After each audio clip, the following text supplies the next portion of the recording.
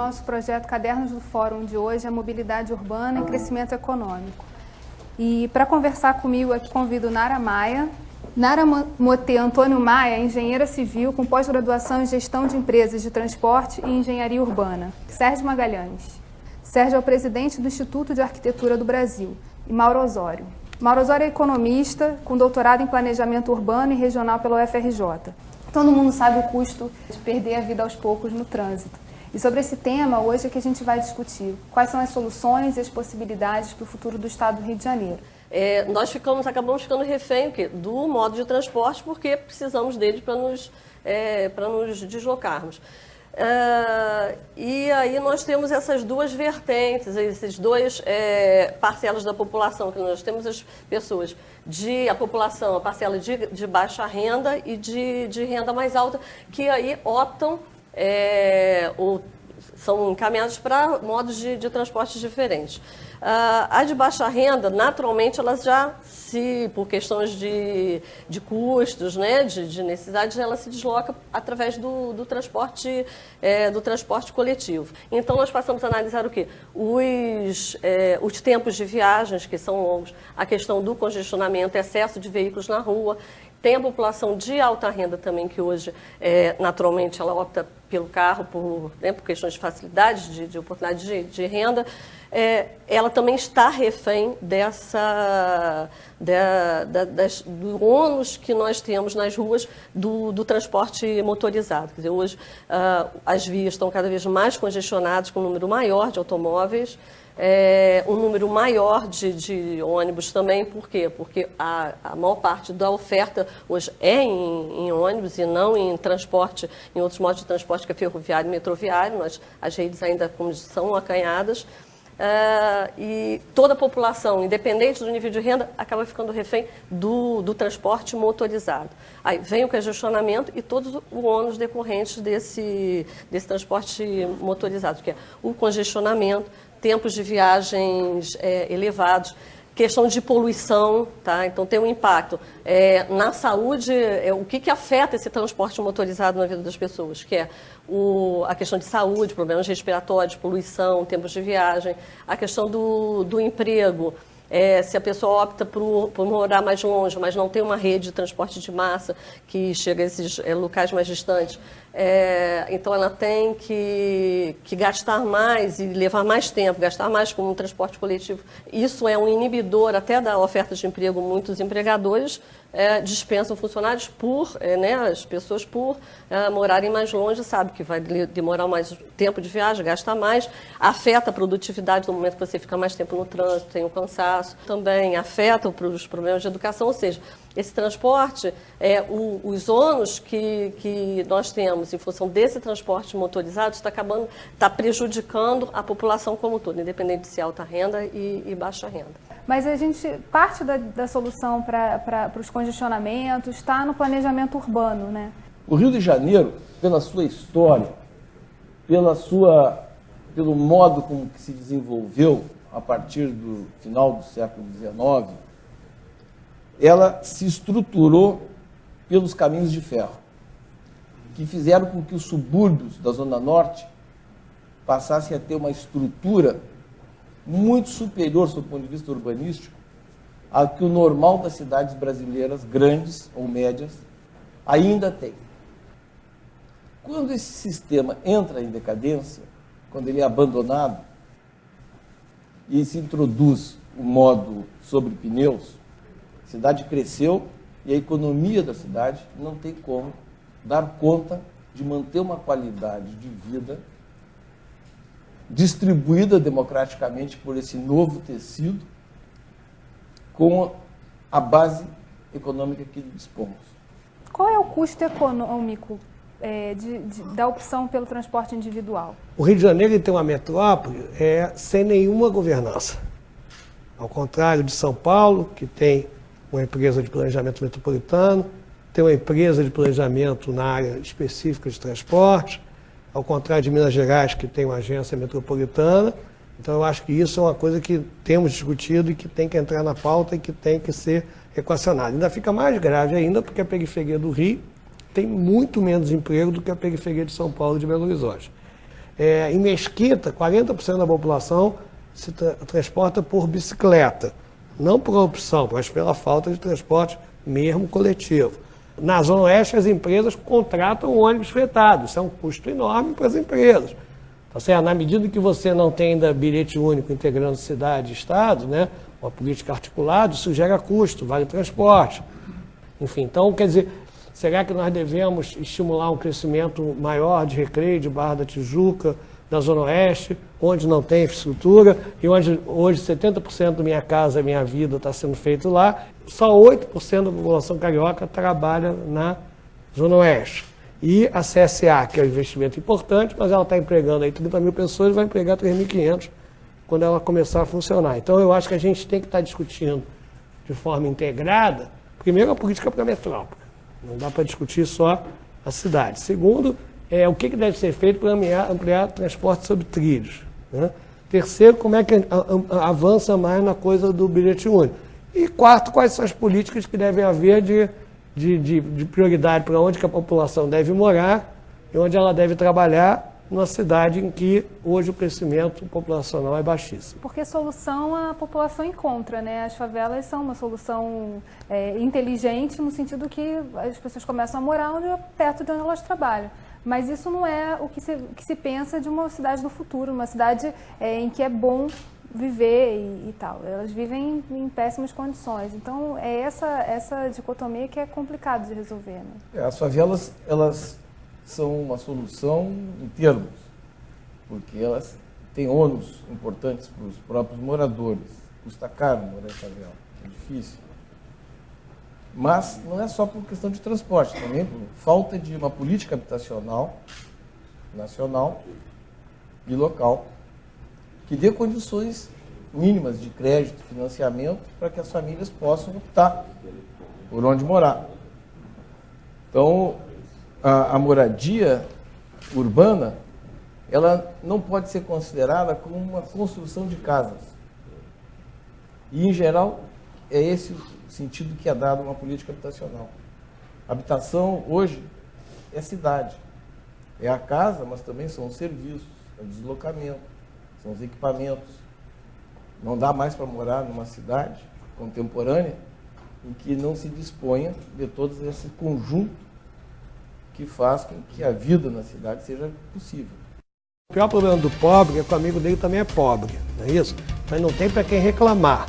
É claro que a população da Barra tem uma capacidade de lobby muito maior do que a população da Zona Oeste tradicional, a área de planejamento 5 ou a zona suburbana.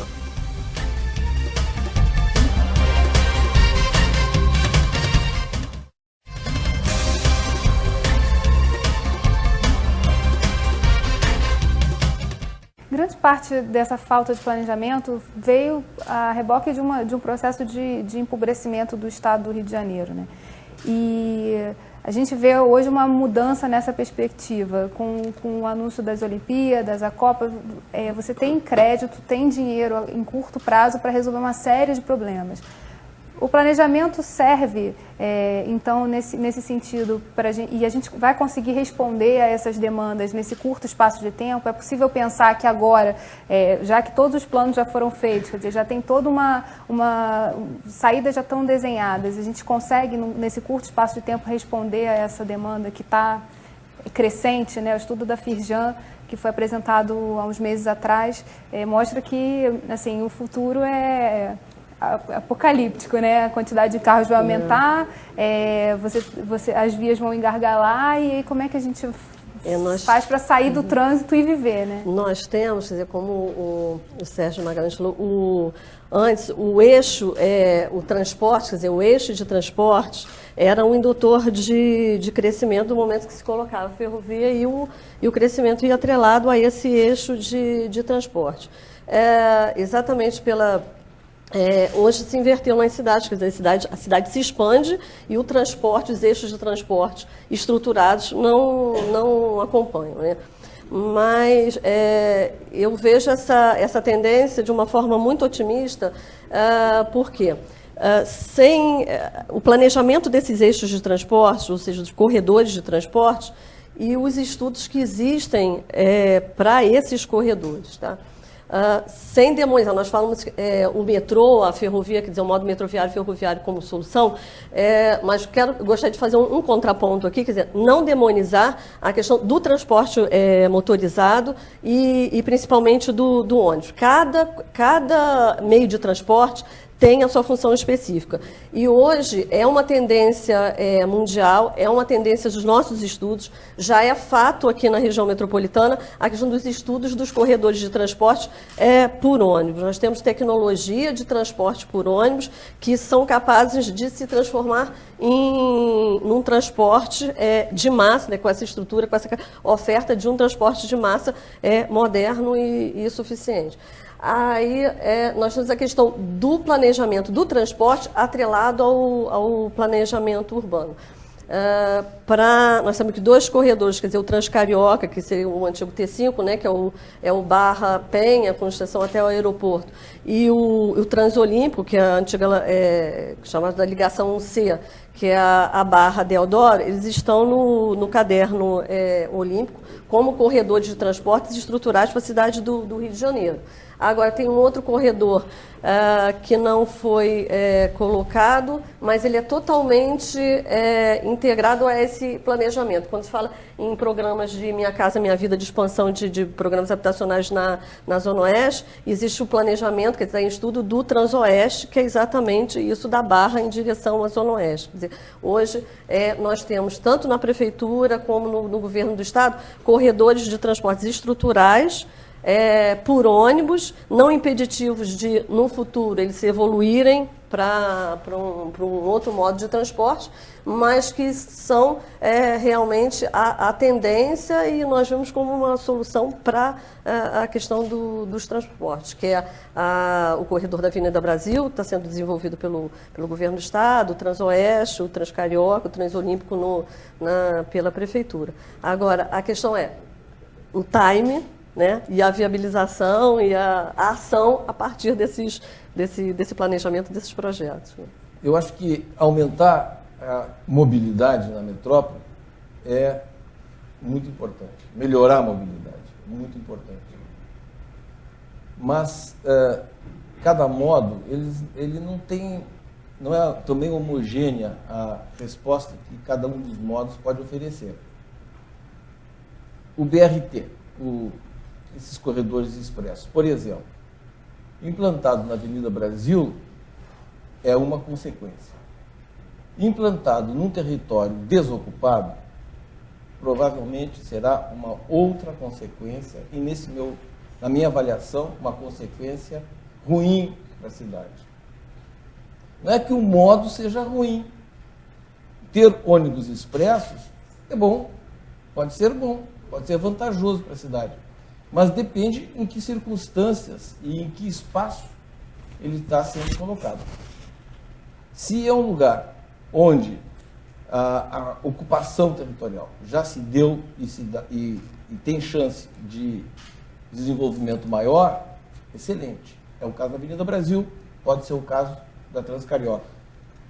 Mas em novas áreas livres de expansão, eu considero que, se não tiver acompanhado da implantação dos corredores, de uma política que contenha a ocupação, o que é difícil, mas precisa ter, ele pode se transformar no indutor da expansão, o que, no caso do Rio de Janeiro, pode ser trágico. Nós não podemos dizer assim, transporte por ônibus é horrível, temos que deixar de utilizá-lo. Não. Tem circunstâncias que o ônibus é bom, circunstâncias que o ônibus é ruim. Mesma coisa o automóvel. Nós não temos que escolher um desses sistemas. Uma metrópole é múltipla. A discussão toda é essa, como é que você organiza, precisa ter um encontro de todas essas oportunidades, inclusive o caminhar a pé. O deslocamento a pé não é necessariamente falta de dinheiro. Já existe também essa discussão de usar a bicicleta também como mesmo a bicicleta, transporte integrado. Em circunstâncias que o Mauro apontou, será, mas tem outras circunstâncias em que a proximidade da casa ao trabalho é tão boa que permite esse deslocamento. Eu acho que talvez a questão seja melhorar e diminuir a mobilidade. no sentido que talvez que na medida do possível a pessoa não precise se deslocar tanto. A cidade do Rio de Janeiro é muito grande, tá certo? Então eu acho que na medida em que você trabalha junto a questão da moradia, a questão da infraestrutura e a questão do emprego, eu acho que aí é, inclusive, para você poder ter mais dinheiro para investir onde de fato você precisa.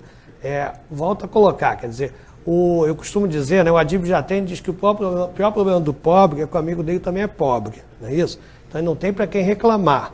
É claro que a população da Barra tem uma capacidade de lobby muito maior do que a população da zona oeste tradicional, a área de planejamento 5 ou a zona suburbana, né? E, enfim, então, quer dizer, os colunistas convivem mais com pessoas que moram na zona sul e Barra da Tijuca do que com alguém que mora na zona oeste ou na zona suburbana, na antiga área rural do Rio de Janeiro, né? Então, se nós olharmos os dados, nós vamos ver o seguinte, que na zona oeste, no ano de 2008, a área de planejamento 5, tem 8% do emprego. A Barra da Tijuca, com todo o crescimento que teve, tem 16%, 17% do emprego. 40% do emprego está na zona central, 30% do emprego está na zona suburbana. Com o projeto correto da área portuária, você vai adensar mais ainda, ou deve adensar mais ainda, para ter sucesso, o emprego na zona central. Eu acredito, e gostaria até de ouvir mais, que é o Sérgio Magalhães, que eu sei que ele discute isso, que dê para adensar mais a moradia na zona suburbana. Então, eu acho que a gente tem que procurar ocupar o máximo possível onde já tem infraestrutura e aonde tem emprego, e aonde pode crescer mais o emprego, tá certo? Eu não vejo a curto prazo uma perspectiva tão grande assim de emprego na Zona Oeste. Temos que ter política para isso. Itaguaí vai ter muito investimento, vai explodir, né? Ali aquela região de Itaguaí. Aliás, depois eu gostaria até de falar um pouquinho sobre a questão da estrutura portuária no estado do Rio de Janeiro, que também é logística, mas enfim, quer dizer, acho que a gente tem que pensar integrado a questão de transporte, moradia e emprego, e levar em consideração e talvez até olhar mais aonde tem gente que pode falar e ser menos ouvido. Se a nossa prioridade é se deslocar um pouco, concentrar esforços para transformar efetivamente os trens suburbanos em metrô suburbano.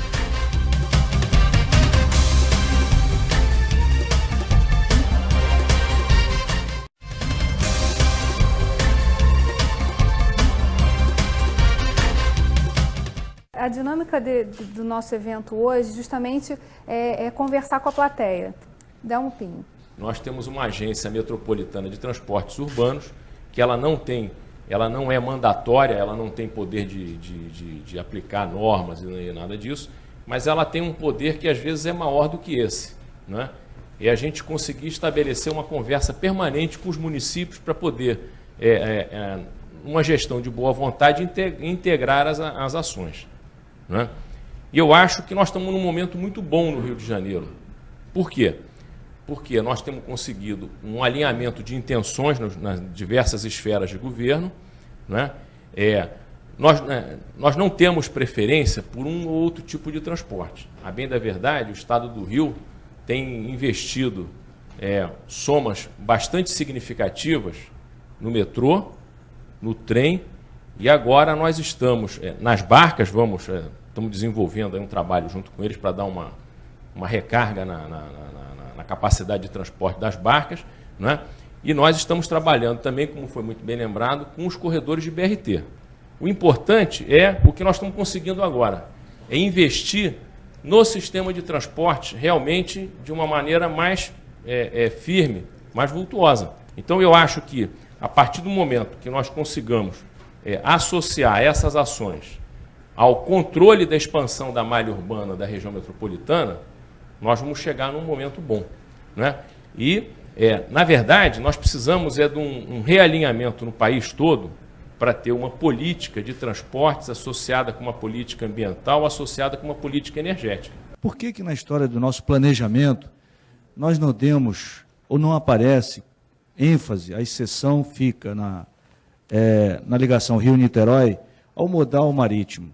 Nós nunca levantamos, ou se levantamos, não encontramos referência do modal aquaviário como uma solução no Rio de Janeiro.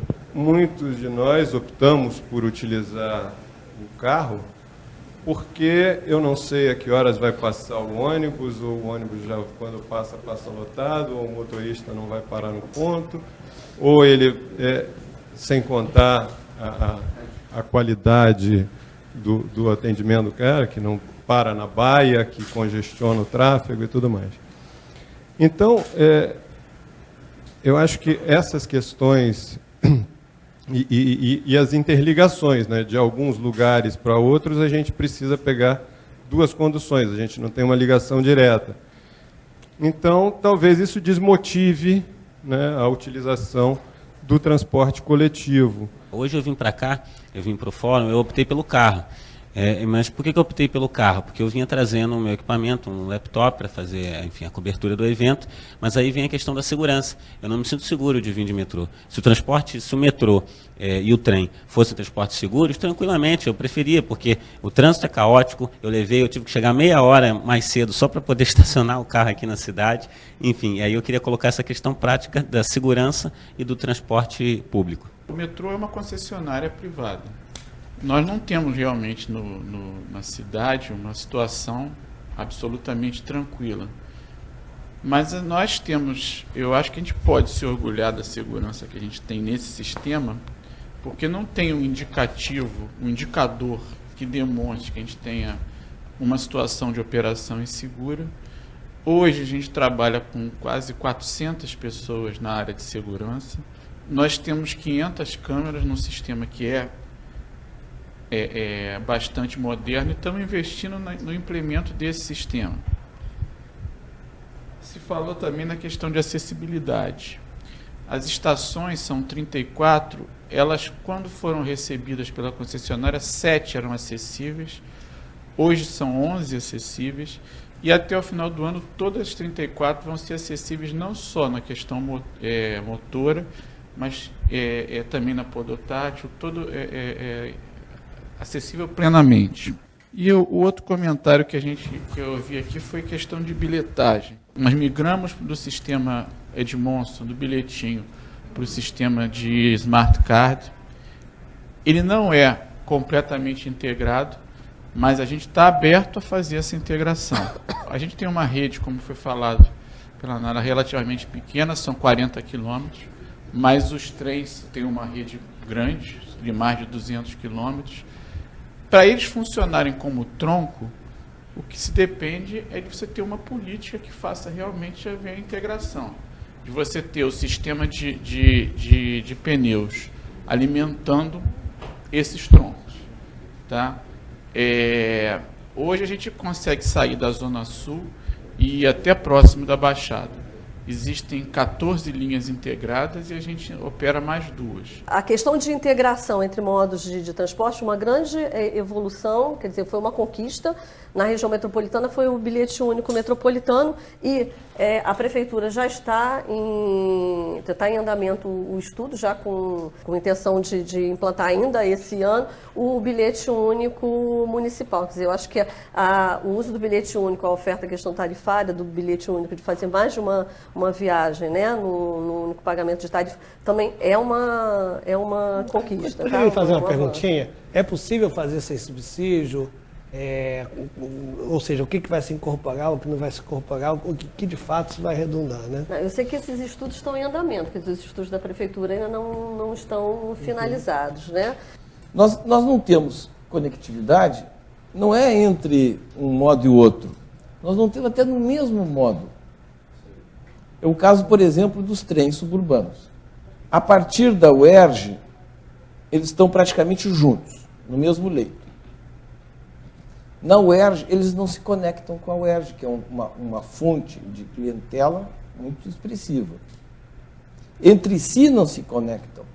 Só vai acontecer em São Cristóvão, um pouco mais adiante, onde a conexão se dá absolutamente sem conforto, sem qualidade ambiental, sem condições de atrair as pessoas. Então, essas relações são positivas, mas elas precisam ter qualidade também. Então, eu acho que, nesse caso, no Rio de Janeiro, nós temos uma capacidade de melhorar a qualidade de vida da cidade metropolitana fantástica, se a nossa prioridade se deslocar um pouco, concentrar esforços para transformar efetivamente os trens suburbanos em metrô de superfície. A questão do modo aquaviário, para responder objetivamente, ele, de certo modo, ele funciona onde ele tem história, mas quando o Rio de Janeiro se desloca do seu desenvolvimento centro-interior para centro-orla, que é nos últimos 60 anos, digamos, já ele entra em concorrência com o desenvolvimento sobre pneus. E aí a conectividade é fatal para ele, porque realmente ele ainda não tem essa possibilidade. Eu acho que a discussão também é uma discussão de prioridades. Quer dizer, na verdade, na mídia, o metrô para a Barra aparece com muito mais prioridade do que transformar o trem em metrô de superfície. Tá certo? É claro que a gente pode estar discutindo no governo do Estado, pode não ser exatamente isso, mas o que aparece na mídia o tempo todo é só metrô para a Barra. Eu vejo, por exemplo, São Paulo investir muito mais em metrô e trem, na cidade de Janeiro se falar muito mais em BRT. Temos que ter uma preocupação. A cidade de Janeiro está virando uma cidade de pessoas mais idosas. Tá certo? Eu costumo dizer que Copacabana é o lugar do Brasil que é mais conhecido no resto do mundo, né? Ali, por exemplo, tinha que ter uma coisa modelo para acessibilidade. E sim, a questão do subsídio, quando você tem impostos diferenciados, você tem subsídio. Então nós temos que estar discutindo essa questão das prioridades e que são induções governamentais. Houve durante o período longo uma certa demonização do setor público de subsídio, né? Então a gente não pode nem ter uma visão estatista, nem demonizar o setor público de subsídios. Você tem que ter uma discussão na sociedade do que é adequado, quais são as prioridades, onde definir que tem que ter setor público, tem que ter. A gente tem que ter a compreensão que o transporte público é de interesse público e que precisa ser tratado como despesas públicas, também na sua maior parte. Sobretudo, eu acho, na questão dos investimentos. Nós, eu acho que abandonamos isso quando houve a privatização da operação dos trens e a operação do metrô. No imaginário de uma parte grande da população se pensou que as empresas de concessão da operação iriam investir na melhora dos sistemas. O que não se deu, não se dará, não se dá no mundo todo, não vai ser aqui no Rio que se dará. Então, eu acho que o subsídio, ele precisa estar acoplado a essa noção de investimento, porque senão ele pode esgotar. Durante muitos anos se investiu muitíssimo pouco, quase nada, em transporte público, na construção, eu nem digo na construção de novas linhas, mas da operação mesmo. Então, eu acho que o subsídio, num sistema jamais bem constituído, talvez seja inevitável, talvez para as pessoas, e não para o sistema como um todo. Quando se fala em gratuidade, quer dizer, todos são a favor da gratuidade, mas quando fala, a gratuidade no transporte coletivo precisa de uma fonte de custeio, não, fonte de custeio não, porque aí é subsídio e vai. E o que acontece? Na verdade, a tarifa do transporte coletivo é o pobre, que é cativo do transporte, é o pobre subsidiando o pobre. Então, quer dizer, vem a gratuidade e, na verdade, acaba se tornando um inverso, quer dizer, uma questão cruel para o próprio usuário de transporte coletivo, porque exatamente pela essa demonização do subsídio. Por que não? Dá gratuidade, mas tem que ter realmente fonte de custeio. Então, é uma questão que a sociedade deve se perguntar, o que realmente nós estamos dispostos a pagar, a bancar, para, num primeiro momento, ter essa inclusão social, aumentar essa questão de mobilidade. E aí, sim, evoluir para a questão de investimentos, de melhorar realmente as condições do transporte coletivo para até ter ganhos em termos de custos operacionais, porque aí se reverte, então, em redução de custos operacionais, de tempos de viagem. Quer dizer, isso é uma reflexão longa, né? É uma discussão longa, realmente, mas quanto estamos dispostos a pagar, né? E só tem um jeito de estruturar o sistema de transporte e recuperar um atraso de meio século ou mais. É um choque de investimento.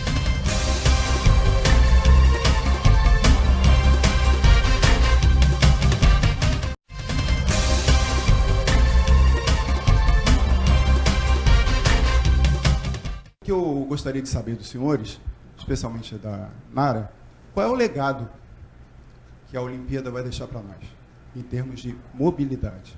Desejamos, sinceramente, seja essa melhoria em termos de rede, quer dizer, de oferta de rede de transporte público, que simplesmente não seja uma rede viária, né, simplesmente de infraestrutura viária, rodoviária, por si só, sem pensar a questão do planejamento como um todo, o planejamento de todas as redes, de todos os modais e o planejamento urbano. Acho que a grande questão são essas reflexões, essa mudança de mentalidade, essas tendências que está tendo, primeiro, de uma integração. Acho que a palavra crucial é a questão de integração. Integração dentro dos projetos de transporte, integração dentro do planejamento como um todo.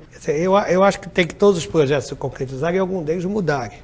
Então, eu acho que o projeto ele pode e deve ser melhorado e já está sendo feito isso, no sentido de algumas coisas saírem da Barra da Tijuca e irem para o centro da cidade, para a zona portuária, a zona central.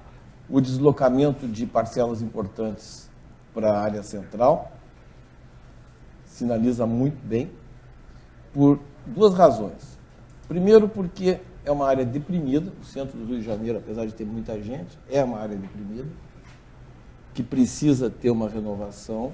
E o segundo aspecto, que eu acho que esse talvez seja até mais essencial, é que se um elemento icônico como a Olimpíada puder ser vinculado ao centro do Rio de Janeiro e tiver para isso canalizado investimentos, como, por exemplo, a transformação efetiva do eixo Deodoro Central em metrô de primeira qualidade.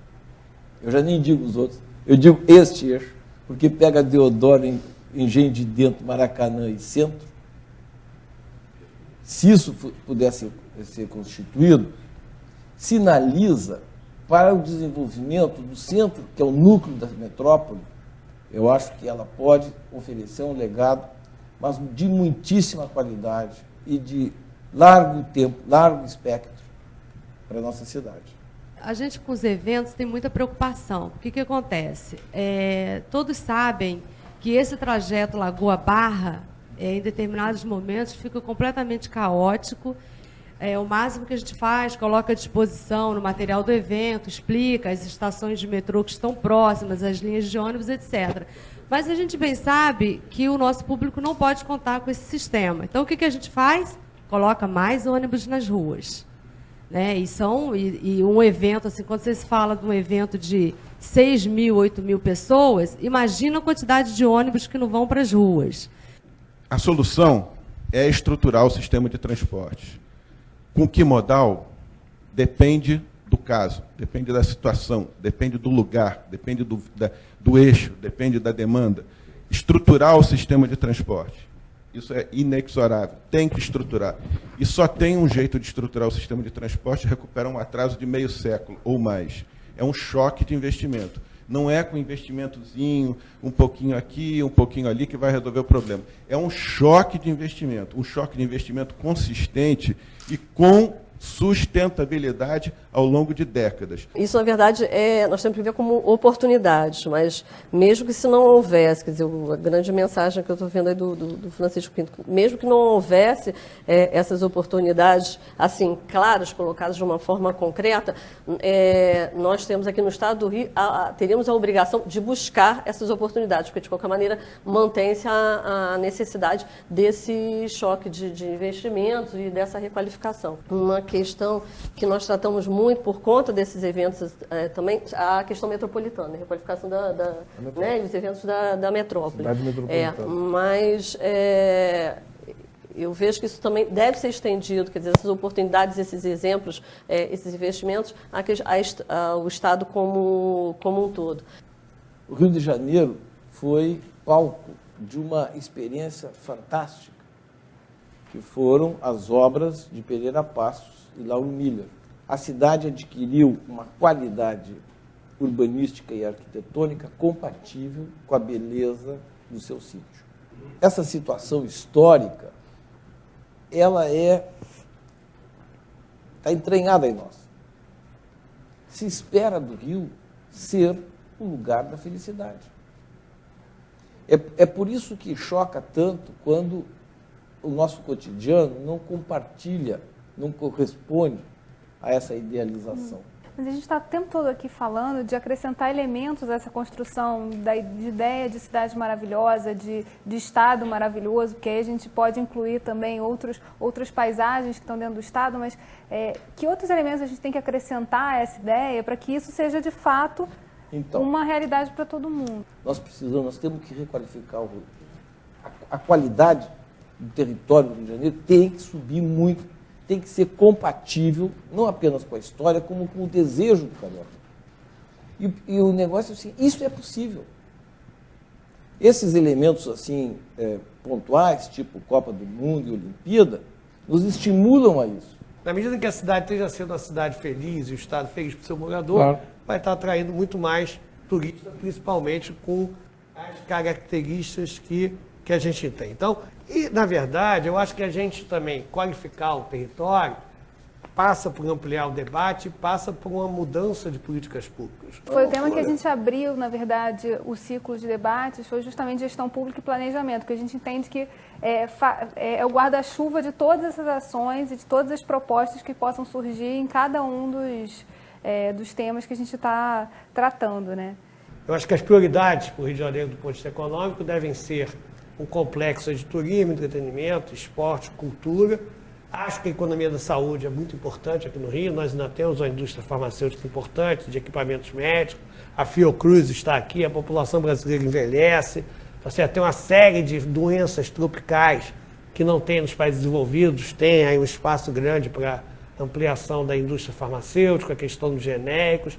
Então essa é outra, e com certeza a questão do complexo petróleo e gás, e não é porque a Petrobras está aqui que nós vamos estar nos beneficiando como poderia. A USP, por exemplo, ela tem um centro lá de estudos e articulação com o governo do Estado para pensar políticas para atrair petróleo e gás, atividades econômicas, inclusive que é o filé mignon.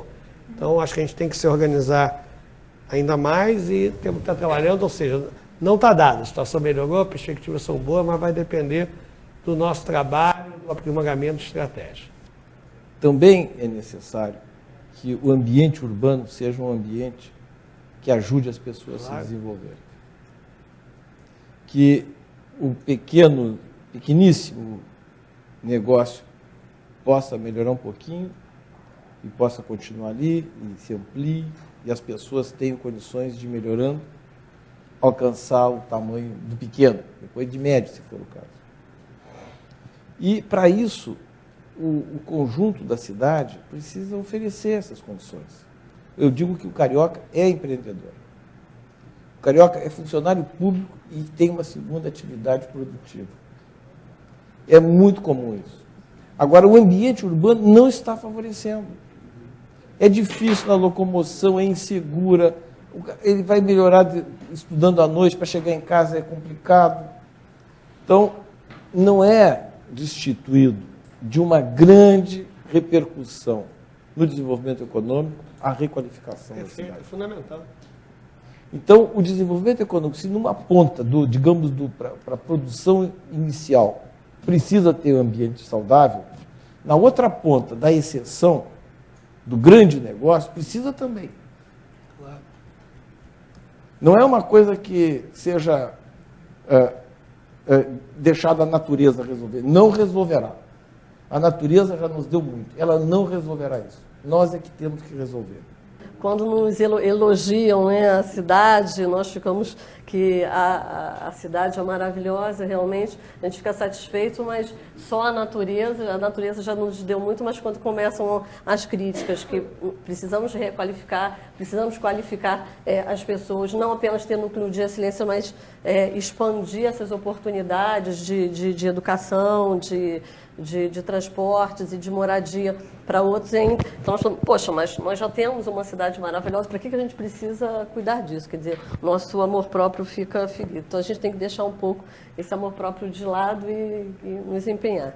Queria agradecer a todos, principalmente a plateia também, que teve um papel importante, né, na denominação dessa discussão.